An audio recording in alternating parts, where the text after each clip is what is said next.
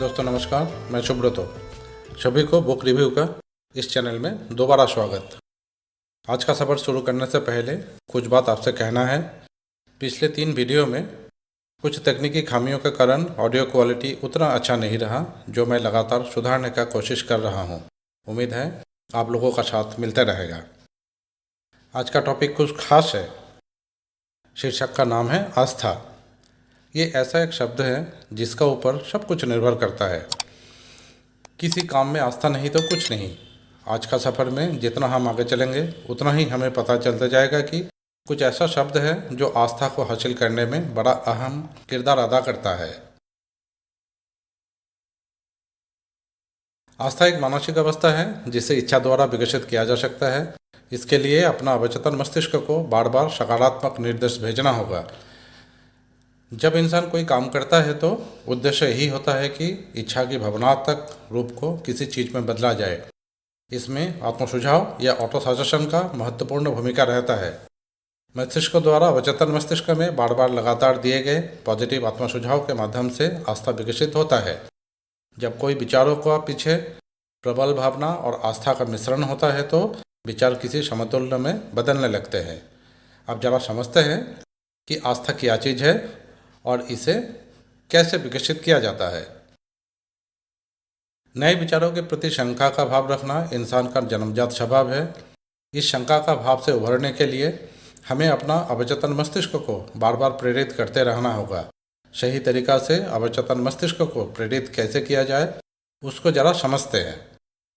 पहले हम जो चाहते हैं उसे किसी कागज़ पर लिख ले।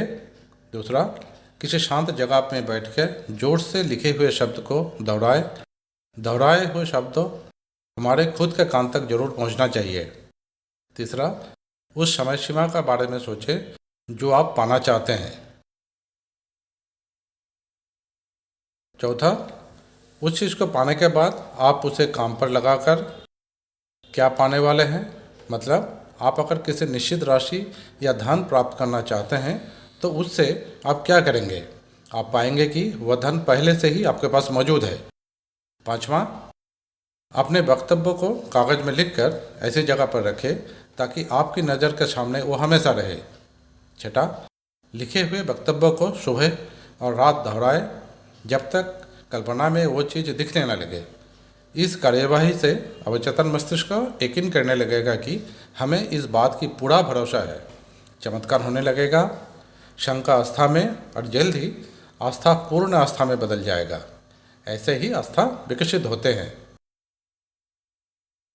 आस्था विकसित होने के बाद दिमाग में निश्चित योजना आते हैं और योजनाबद्ध तरीका से काम करते हुए हमें वो चीज़ हासिल होते हैं जिसे हमें तलाश थी।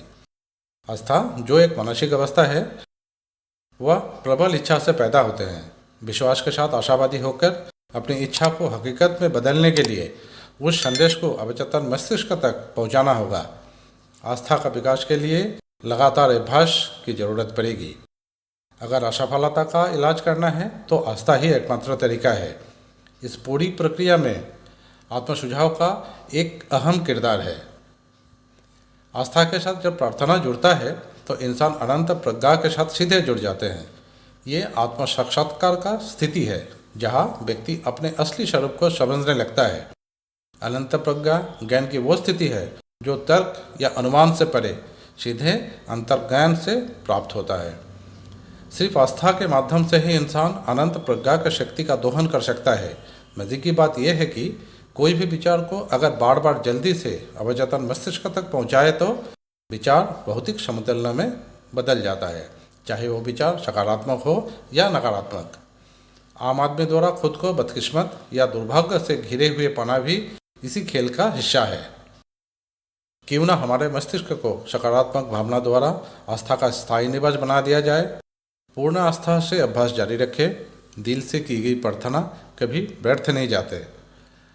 आस्था विचार का आवेग को जीवन और शक्ति प्रदान करता है, उसे क्रियाशील बनाए रखता है जो अमृत अवस्था के समान है। सही या गलत जो भी बात हम लोग अपने दिल में बार बार दोहराते हैं आखिर में उस पर विश्वास होने ही लगता है।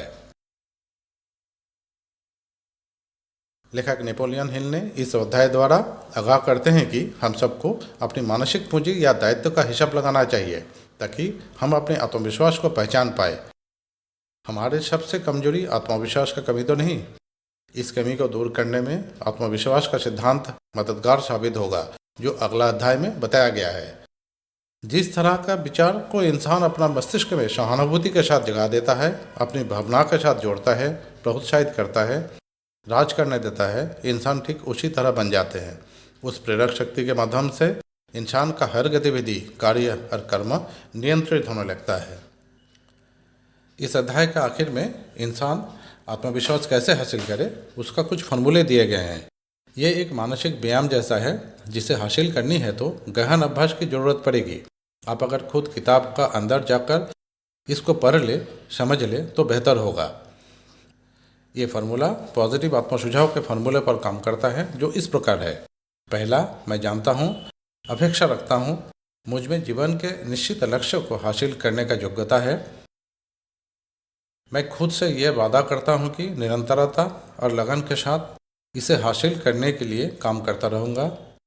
दूसरा, मैंने अपने विचारों को हर दिन एकाग्रता से 30 मिनट तक इस बात पर ध्यान केंद्रित करूँगा कि मुझे किस तरह का इंसान बनना है ताकि मेरे मस्तिष्क में इसकी एक स्पष्ट तस्वीर बने। मुझे विश्वास है कि मेरे मस्तिष्क के अंदर की प्रबल विचार बाहरी और भौतिक वास्तविकता में परिवर्तित हो जाएगा। मुझे वह वस्तु मिल जाएगा जिसके लिए मैंने लक्ष्य बनाया था। तीसरा, इसे हासिल करने की पर्याप्त आत्मविश्वास विकसित होने तक मैं इस कोशिश में कभी पीछे नहीं हटूंगा। चौथा, मैं दूसरे के प्रति कभी नकारात्मक सोच या नज़रिया नहीं रखूंगा, ना ही किसी के प्रति द्वेष या ईर्ष्या का भाव रखूंगा। पांचवा, विश्वास के साथ इस फॉर्मूले पर खुद के हस्ताक्षर करके हर दिन जोर जोर से मैं इसे दोहराऊंगा। लेखक द्वारा दिए गए फॉर्मूले को मैंने बहुत छोटे शब्दों में आपके सामने रखा। उम्मीद है गुजरते दिनों के साथ सभी का आत्मविश्वास बढ़ता चला जाएगा। लेखक ने हमें आगाह करते हैं कि अवचेतन मस्तिष्क को इस बात से कोई फर्क नहीं पड़ता है कि उसे अपने ही मालिक द्वारा सकारात्मक या कोई ध्वंसात्मक विचार दिए गए हैं। जो भी दिए गए हैं उस पर वो कार्य करता रहेगा। हमारे मस्तिष्क के अंदर छुपी हुई प्रतिभा को जगाना है जिसके सहारे हम अपने आप को ऊपर की तरफ ले जा सके और लक्ष्य प्राप्ति करें।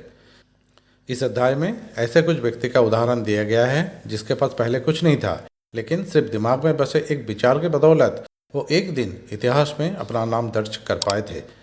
आस्था के द्वारा वो सीमाओं को हटाते चले गए। आस्था का सफर में बस आज इतना ही। अगला अध्याय में दोबारा आपके साथ मुलाकात होगा। खुश रहिए, स्वस्थ रहिए, परिवार का ख्याल रखिए।